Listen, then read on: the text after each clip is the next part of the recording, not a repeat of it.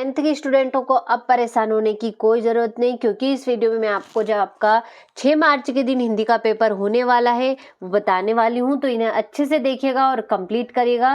तो देखिए, बिना डाउट के देखते हैं। पहला प्रश्न होगा आपका, देखिए पहला प्रश्न होगा आपका, सही विकल्प चुनिए। तो देखिए, तुलसीदास किस काव्य धारा के प्रतिनिधि कवि हैं?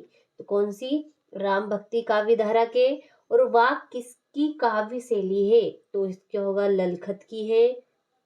दोहा छंद में कितनी मात्राएं होती हैं?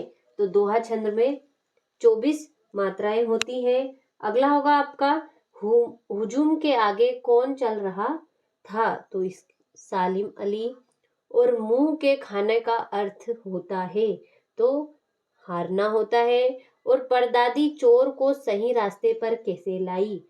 तो सहजता से बात कहकर। तो देखिए, इस तरीके से आपका पहला प्रश्न आंसर सहित कंप्लीट हुआ। अब देखिए, अब हमारा दूसरा प्रश्न है, जो कि है रिक्त स्थानों की पूर्ति कीजिए। तो बच्चे काम पर जाते हैं और छंद के 2 प्रकार होते हैं। और तूती बोलना का अर्थ धाक जमना है। और अगला आपका, मेरे नाना पक्के साहब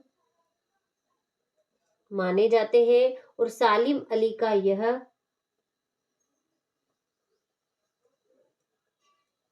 आखिरी पलायन है। और हिंदी आखिरी पलायन है। और हिंदी का प्रथम उपन्यास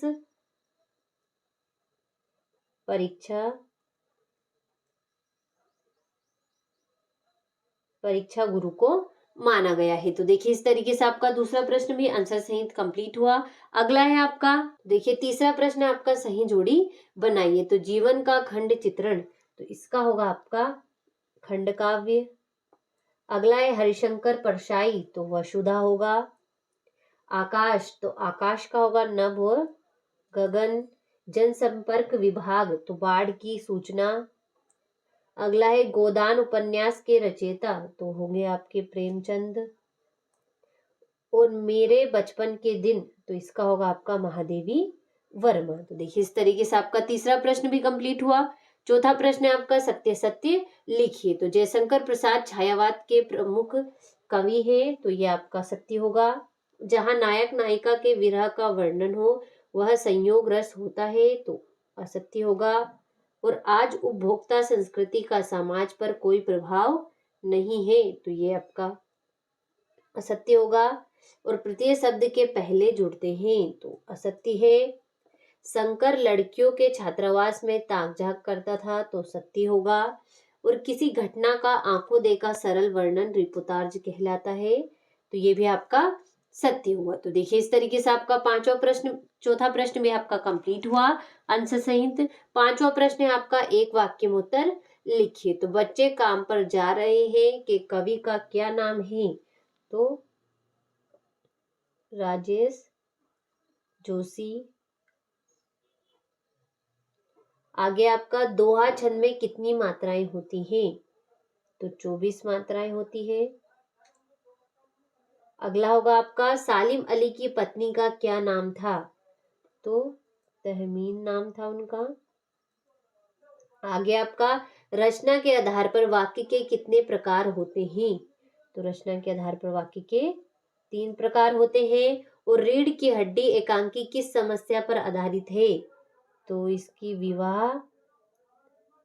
विवाह की समस्या पर आधारित है। और कहानी के कितने तत्व माने गए हैं? तो कहानी के 6 तत्व माने गए हैं। तो देखिए, इस तरीके से आपका पांचवा प्रश्न भी कंप्लीट हुआ आंसर सहित। अगला आपका छठा प्रश्न होगा, छायावादी काव्य की 2 विशेषताएं लिखिए। सातवां प्रश्न होगा आपका, कवि ने सच्चे प्रेमी की क्या कसौटी बताई है? आगे आपका ये हो गया आपका आठवां प्रश्न, किस शासन की तुलना तम के प्रभाव से की गई और क्यों? नौवां हो गया। इस तरीके से इन प्रश्नों का आप अच्छे से स्क्रीनशॉट ले और कंप्लीट करिए। देखिए, 13वां हो गया आपका, ये हो गया आपका 14वां प्रश्न।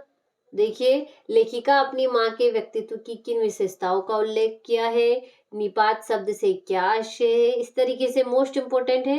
इन सभी प्रश्नों का आप अच्छे से स्क्रीनशॉट लेकर कंप्लीट करें। देखिए ये हो गया आपका 20वां प्रश्न, जिसमें आपको विद्यालय के खेल के मैदान में एक बैग मिला जिसमें पुस्तक तथा कुछ रुपए हैं, उसके खाने का विज्ञापन है, खोने का विज्ञापन लिखना है आपको। तो देखिए इस तरीके से मोस्ट इम्पोर्टेंट है, इन्हें अच्छे से कंप्लीट करें। अगर आपको इन प्रश्नों के आंसर कंप्लीट ना भी हो तो अगले वीडियो में इन प्रश्नों को आपको आंसर सहित बताने वाली हूँ। तो देखिए अभी के लिए आप पूरी कोशिश करिएगा। तो देखिए 22वां प्रश्न आपका 3 दिन के अवकाश हेतु प्राचार्य को प्रार्थना पत्र लिखना है।